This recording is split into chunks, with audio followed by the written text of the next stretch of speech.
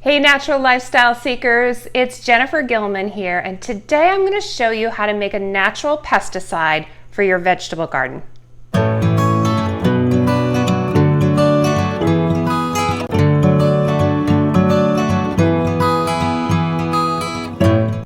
My name is Jennifer Gilman and my company is called the Herbal Cabinet.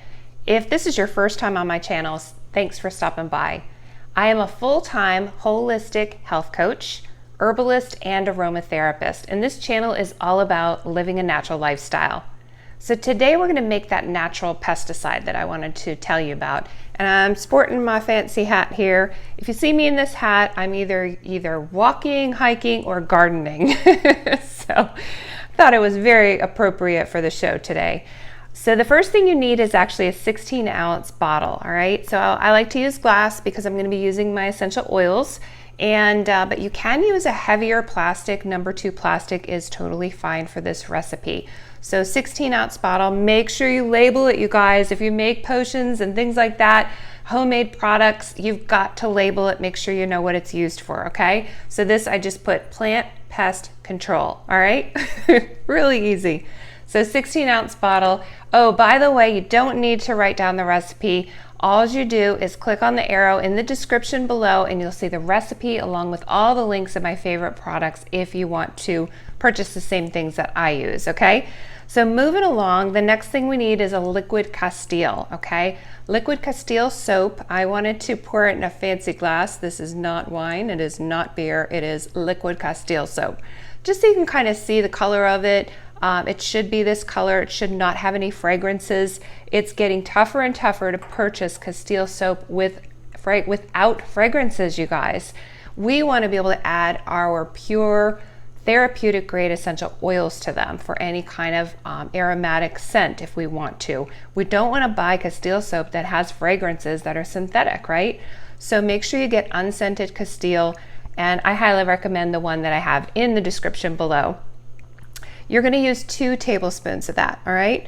So the next thing is neem oil. So yeah, I decided to put it in a shot glass here, just so you can see the color of it. It's a very, very dark amber, really kind of a lighter brown color, very thick. Neem is wonderful as a pest control and so safe for the gardens.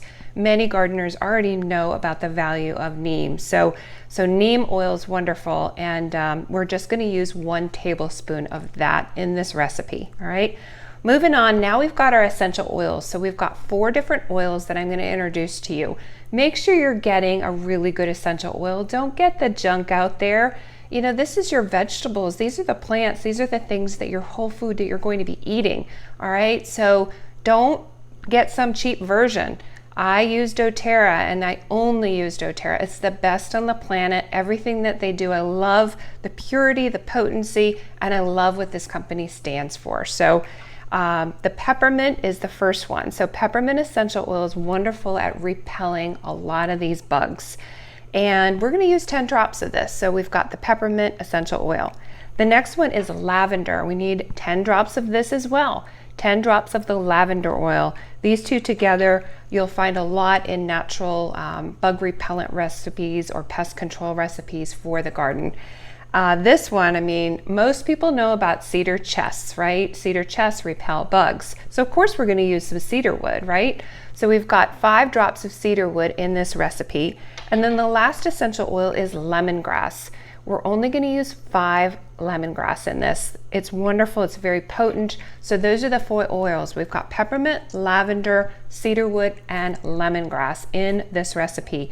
Once you put those ingredients in this bottle, you're going to fill the rest with water. And that's it. Super easy. This is your plant pest control now. Let me tell you how you're going to use it, all right? You can use it 2 or 3 times a week at the most. And if you just need it once a week, that's fine too.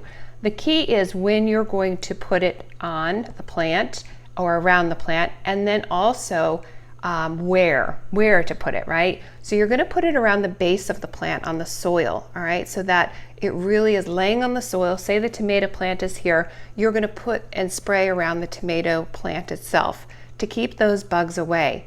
Now, if there are pests on the leaves, you can spray some onto the plant leaves, but normally you wouldn't have to do that, all right? However, sometimes they get so infested, we're not keeping track of it, the plants, and before you know it, all of the pests are on the leaves. So we want to make sure then you can spray the leaves. But the key is not to do it during the day. Early morning, you can spray, or after the sun goes down, you can spray. Some people actually will spray this on cotton balls or a tissue and then wipe the leaves of the plant, just to keep so you're not damaging the plant leaves, but just do that very gently if you do that. If you're going to spray it, make sure it's on not a strong mist, but actually just a nice fine mist, so that again, you're not damaging the leaves of the plant and the plant can thrive. So there you have it. You've got my recipe, you know how to use it, you know what time of day to use it. And if you enjoyed this video, please share it with others that you think would benefit from it, all right? So until next time, go out and make it a great day. Bye for now.